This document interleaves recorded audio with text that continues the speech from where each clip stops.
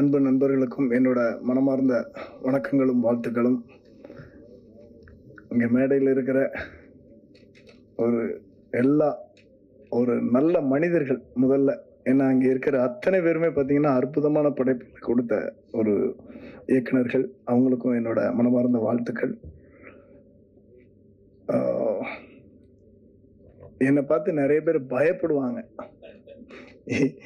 Entry ஆன உடனே பார்த்தீங்கன்னா பயந்துருவாங்க. பழகிட்டாங்கன்னா கொஞ்சம் ஓகே பரவாயில்ல அப்படின்னு நினைப்பாங்க. இப்படி ஒரு கேரக்டர். இது தெரிஞ்சவங்களுக்கு ஓகே, தெரிஞ்ச கூட்டங்கிறது ஒரு 10-100 பேர் வச்சுக்கலாம்ல. தெரியாதவங்க பார்த்தீங்கன்னா, நான் இப்போ ஒரு பப்ளிக் பிளேஸில் போயிட்டேன், ஒரு ஒரு ஒரு ஹாலுக்குள்ளே போனேன்னா என்னை பார்த்து பயந்து ஒதுங்குற கூட்டங்கள் நிறைய பெண்கள் கூட்டங்கள். பயந்து ஒதுங்கிடுவாங்க. ஐயோ ஒரு ஃபைட் மாஸ்டர்ப்பா அப்படின்னு ஒதுங்கிடுவாங்க.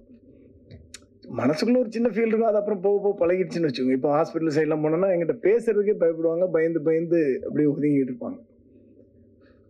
அதை ஒரு இடம் மாத்திச்சு எனக்கு.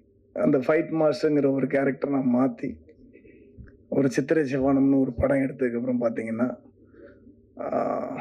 நிறைய தாய்மார்கள் நிறைய பேர் ஃபோன் பண்ணி நீங்கள் எப்படி இதை ஃபீல் பண்ண முடிஞ்சுது அப்படின்னு கேட்டாங்க. அது முழுக்க முழுக்க காரணம் சொல்லணும்னா நான் கணியனுக்கு தான் சொல்லுவேன். ஏன்னா அவர் அந்த கதையை கரெக்டாக சூஸ் பண்ணி கரெக்டாக கையாண்டார். என்னைய ஒரு ஒரு ஒரு சாஃப்டான மனுஷனா இந்த உலகத்துக்கு காட்டின முதல் மனிதர் அவர் தான்.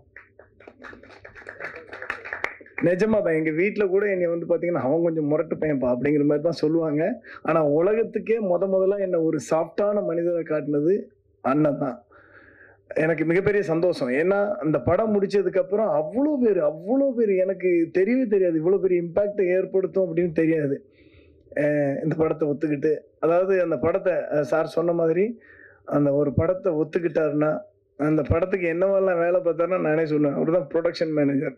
நாங்கள் கொஞ்சம் லேட்டானா கூட சீக்கிரம் வாங்கப்பா ஷூட்டிங் பண்ணணும் அப்படின்னு ஒரு ப்ரொடக்ஷன் மேனேஜரா, ஒரு அண்ணனா, ஒரு ப்ரொடியூசரா, ஒரு டைரக்டரா அவ்வளோ தூரம் தூக்கி கொண்டு வந்து அந்த படத்தை நிப்பாட்டி இப்போ இவங்க சொன்ன மாதிரி ஒரு மிகப்பெரிய ஒரு மென்மையான படத்தை எடுக்கக்கூடிய ஒரு அற்புதமான இயக்குனர் அப்படின்னு சொல்றவங்களுக்கு ஒரு பேர் எடுத்து கொடுத்தது அண்ணன் கணியண்ணன் தான். அவங்களுக்கு இன்னொரு விஷயம் என்னன்னா, இப்போ ஒரு படமோ ஒரு சில டைரக்டருங்க பார்த்தீங்கன்னா நிறைய படங்கள் ஒரு 10 படங்கள் பண்ணதுக்கப்புறம் ஹீரோ பெரிய ஆளாயிருவாங்க. ஹீரோ பெரிய ஆளானதுக்கப்புறம் அந்த டைரக்டர்லாம் மறந்துடுவாங்க. யாரும் கூப்பிட கிடையாது, ஒரு பேசுறது கிடையாது, நிறைய பேர் ஃபோன் பிக்கப் பண்றது கிடையாது. அந்த மாதிரிலாம் இருக்கிற ஒரு காலகட்டத்தில் இத்தனை படங்கள் பண்ண அத்தனை டைரக்டரையும் இன்னைக்கு வரைக்கும் கரெக்டா லைன்ல வச்சு ஃபோன் பண்ணி கூப்பிட்டு வந்திருக்காரு. இதுக்கே என்னோட மனமார்ந்த வாழ்த்துக்கள். அண்ணன் சொன்ன மாதிரி அவர் ஒரு பெரிய நல்ல மனிதர். திரும்ப திரும்ப அதை நான் சொல்ல வேண்டியதில்லை. ஏன்னா இங்க இருக்கிற அத்தனை பேருக்கும் தெரியும். அவர் மட்டும் இல்ல, அவர் குடும்பத்தாரும் இன்னும் நல்லா வாழணும்.